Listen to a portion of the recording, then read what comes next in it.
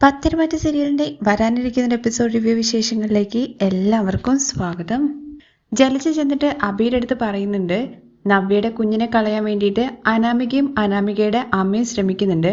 അവർക്ക് കിട്ടിയ പണി തിരിച്ച് മുട്ടം പണിയായിട്ട് കൊടുക്കാൻ വേണ്ടിയിട്ടാണ് അവർ തീരുമാനിച്ചിരിക്കുന്നത്. അതുകൊണ്ട് നമ്മളിനി കളി കണ്ടാൽ മാത്രം മതി, കളത്തിലിറങ്ങേണ്ട കാര്യമില്ല എന്ന് പറയുകയാണേ. പിന്നെ നീ ഒരു കാര്യം ചെയ്യണം, നിന്റെ ഭാര്യയെ നന്നായിട്ട് അങ്ങ് സ്നേഹിക്കണം എന്ന് പറയണേ. അമ്മ എന്തൊക്കെയാ പറയുന്നത്? ഞാൻ പെട്ടെന്ന് ചെന്നിട്ട് അവളെ സ്നേഹിക്കുന്നുണ്ടെങ്കിൽ അവൾക്ക് സംശയം തോന്നില്ല എന്നുള്ള കാര്യം ചോദിക്കുമ്പോൾ, അവൾക്ക് സംശയം തോന്നിയാലും ശരി, കുഴപ്പമില്ല, പക്ഷെ നീ അവളെ നന്നായിട്ട് സ്നേഹിക്കണം.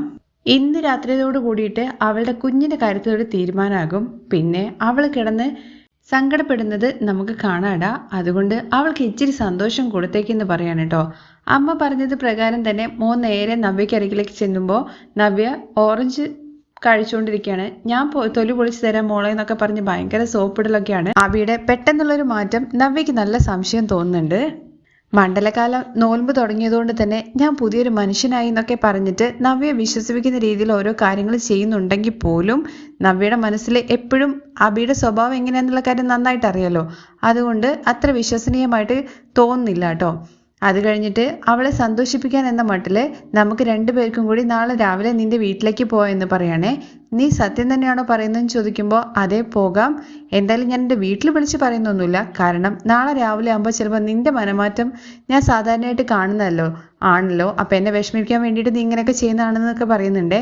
നീ വിശ്വസിച്ചാലും ഇല്ലെങ്കിലും നാളെ രാവിലെ നമുക്ക് പോകാമെന്നൊക്കെ പറയാണ്.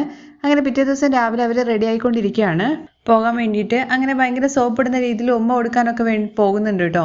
നീ എന്താ ചെയ്യുന്നത്? നീ ഇപ്പം അയ്യപ്പനാണെന്നുള്ള ബോധമൊന്നുമില്ലേ നിനക്ക് എന്നുള്ള കാര്യം ചോദിക്കുകയാണേ. എന്ത് ചെയ്യാനാ, എൻ്റെ കൺട്രോൾ പോകുന്ന രീതിയിലല്ലേ കാര്യങ്ങളൊക്കെ നടക്കുന്നതെന്ന് ചോദിക്കുമ്പോൾ അങ്ങനെ പല പരീക്ഷണങ്ങളും ഉണ്ടാവും, പക്ഷേ ആ പരീക്ഷണങ്ങളിലൊന്നും വീഴാതെ നല്ല രീതിയിൽ മല ചവിട്ടണമെന്ന് പറയുകയാണേ. നമുക്ക് ആരോഗ്യമുള്ളൊരു കുഞ്ഞ് ജനിക്കാൻ വേണ്ടിയിട്ടാണ് മാലയിട്ടപ്പോൾ ഞാൻ അതാണ് പ്രാർത്ഥിച്ചതെന്നൊക്കെ പറഞ്ഞിട്ട് ഭയങ്കര തള്ളലാണ് നമ്മുടെ നവ്യയുടെ അടുത്ത് അബി. അതേസമയം അനാമികയുടെ അച്ഛനാണെന്നുണ്ടെങ്കിൽ അനാമികയുടെ അമ്മയും അനാമികയും കൂടി ചേർന്ന് മോർണിംഗ് വാക്കിന് പോകുന്ന സമയത്താണ് കേട്ടോ ഈ പൊടി കൊണ്ടെങ്ങാണ്ട് കൊടുക്കുന്നത്. ഇത് കഴിച്ച് 10 മിനിറ്റിനകം അവൾക്ക് എന്തെങ്കിലും ആയി തുടങ്ങും. അബോർഷൻ നടക്കുക മാത്രമല്ല, അവൾ 2 ആഴ്ചത്തേക്ക് ബെഡിൽ നിന്ന് എണീക്കില്ല എന്നൊക്കെ പറയാണ് കേട്ടോ. എന്തായാലും നിങ്ങളുടെ നടത്തം നടക്കട്ടെ, രാത്രി അവൾമാർ കിടന്ന് ഓടുന്നത് നമുക്ക് കാണാമെന്നൊക്കെ പറയുന്നുണ്ട്. അതുമാത്രമല്ല, അതിനിടയ്ക്ക് അനാമികയുടെ അച്ഛൻ ഒരു കാര്യം കൂടി സൂചിപ്പിക്കുന്നുണ്ട്. അന്ന് മോള് തന്ന ആ സ്വർണം മാറ്റി വെച്ച് കൊടുത്തതുകൊണ്ട് മാത്രമാണ് പലിശക്കാരൊക്കെ തൽക്കാലത്തേക്ക് അടങ്ങിയത്. മോളുടെ കുറച്ചും കൂടി സ്വർണം എനിക്ക് തരണം എന്നൊക്കെ പറയാണ് കേട്ടോ. അതൊക്കെ അച്ഛൻ റെഡിയാക്കാം, പക്ഷെ ആദ്യം കാര്യം നടക്കട്ടെ എന്ന് പറഞ്ഞിട്ട് അനാമികയുടെ അമ്മ അവിടുന്ന് പോവാണ്. അതേസമയം അബിയും നയനയും കൂടി ചേർന്നിട്ട് വീട്ടിലേക്ക് പോവാണ്. അബിയുടെയും നയനയുടെയും വരവ് കണ്ടിട്ട് കനകയ്ക്കും ഗോവിന്ദനും അതുപോലെ നന്ദുവിനൊന്നും ഒട്ടും വിശ്വസിക്കാനേ പറ്റുന്നില്ല കേട്ടോ. അവരൊക്കെ ഭയങ്കര ഹാപ്പി ആയിട്ടാണ് ഇരിക്കുന്നത്.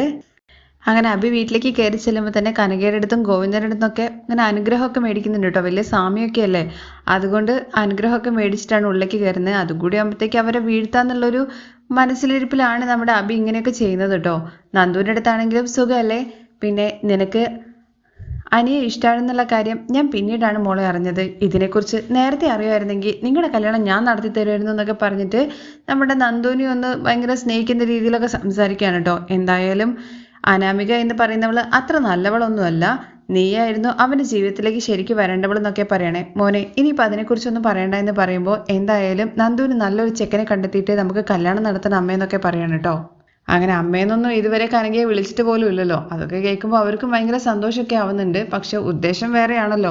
അങ്ങനെ ഉള്ളിലേക്ക് കയറുകയാണ്. ഞാൻ കുടിക്കാൻ എന്തെങ്കിലും എടുക്കാം എന്ന് പറഞ്ഞിട്ട് കനക പോകുന്ന സമയത്ത് നവ്യം പുറകെ തന്നെ ചെല്ലുന്നുണ്ട് കേട്ടോ. മോളെ അബിയുടെ മാറ്റം അത് വിശ്വസിക്കാനേ പറ്റുന്നില്ലല്ലോ എന്നുള്ള കാര്യം പറയുമ്പോൾ, അമ്മേ എനിക്കും അത്ര വിശ്വസിക്കാനൊന്നും പറ്റുന്നില്ല, അവൻ എന്തോ ഒരു ഉദ്ദേശമുണ്ട്, അതിൻ്റെ പേരിലാണ് അവൻ ഇങ്ങനെയൊക്കെ ചെയ്യുന്നതെന്ന് പറയാണ് കേട്ടോ. നീ വെറുതെ അവനെ സംശയിക്കാത്തവരെ, എന്തായാലും മാലയിട്ട ഒരു അയ്യപ്പനല്ലേ, അവൻ ഒരിക്കലും വേണ്ടാത്ത കാര്യങ്ങളൊന്നും ചെയ്യില്ല, ഒരുപക്ഷെ നന്നാവാനുള്ളതായിരിക്കും. ഇവനൊക്കെ അമ്മ എങ്ങനെ നന്നാവാനാണ്, ചുമ്മാ ഇതൊന്നും എനിക്ക് വിശ്വസനീയമായി തോന്നുന്നില്ല എന്നൊക്കെ നവ്യ പറയുന്നുണ്ട് കേട്ടോ. എന്തായാലും മോളെ നിന്റെ സന്തോഷത്തിന് വേണ്ടിയിട്ടല്ലേ അവൻ നിന്നെ കൂട്ടിയിട്ട് ഇങ്ങോട്ടൊക്കെ വന്നത്. നീ ഇപ്പോൾ സന്തോഷിക്കേണ്ട സമയമാണ്.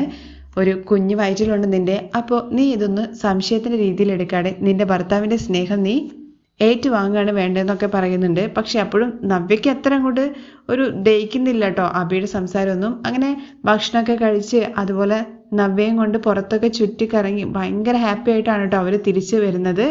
എന്തൊക്കെയാണെന്നുണ്ടെങ്കിലും എന്തുദ്ദേശത്തിന്റെ പേരിലാണെന്നുണ്ടെങ്കിലും അബി ഇത്രയും കാര്യങ്ങളൊക്കെ ചെയ്തല്ലോ. അപ്പം നമ്മുടെ നവ്യയും ഹാപ്പിയാണ്. അങ്ങനെ അവർ തിരിച്ചു വരുവാണ് കേട്ടോ. അതേസമയം ദേവയാനിക്കാണെങ്കിൽ ഭയങ്കര ക്ഷീണം തന്നെയാണ്. കിടപ്പും ഉറക്കമൊക്കെ തന്നെയാണ്. ആര് പറഞ്ഞിട്ട് ഹോസ്പിറ്റലിലേക്കൊന്നും പോകാൻ വേണ്ടിയിട്ട് സമ്മതിക്കുന്നൊന്നുമില്ല.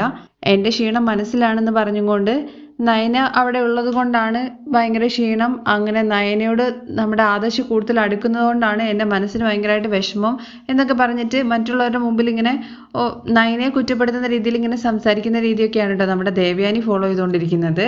അങ്ങനെയാണ് നിനക്ക് ക്ഷീണം എന്നുണ്ടെങ്കിൽ ആ ക്ഷീണം നീ വെച്ചിരിക്കുന്നതേ ഉള്ളൂ.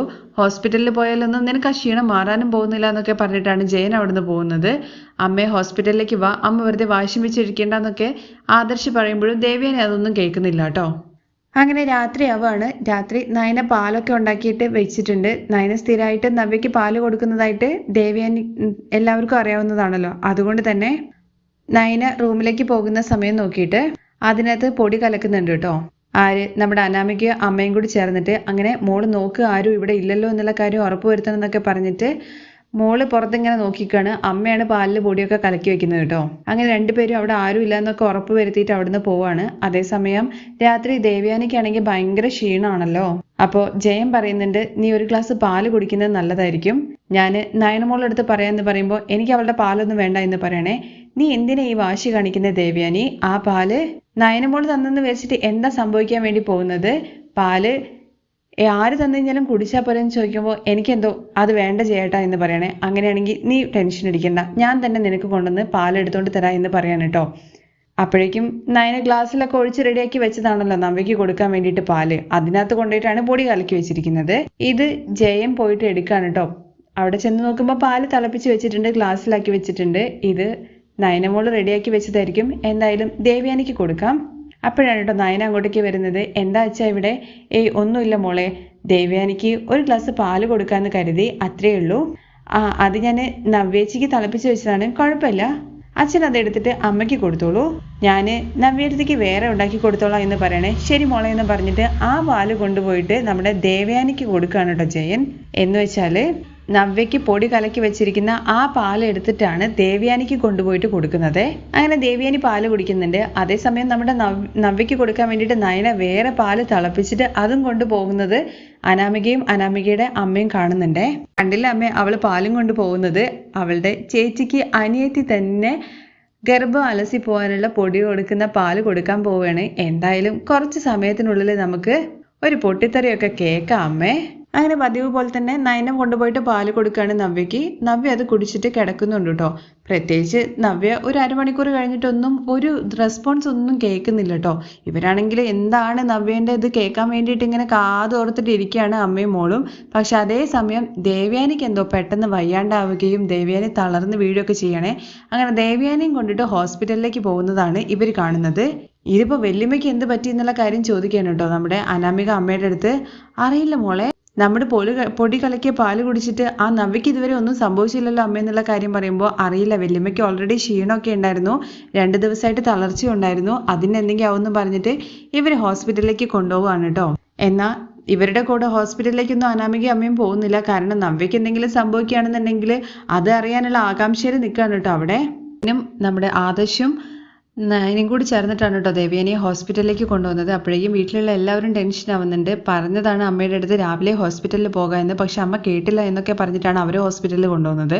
പക്ഷെ പൊടി കുടിച്ചിട്ടാണ് ദേവയാനിക്ക് ഇങ്ങനെ സംഭവിച്ചെന്നുള്ള കാര്യം ഇപ്പം ആരും അറിയുന്നില്ല കേട്ടോ.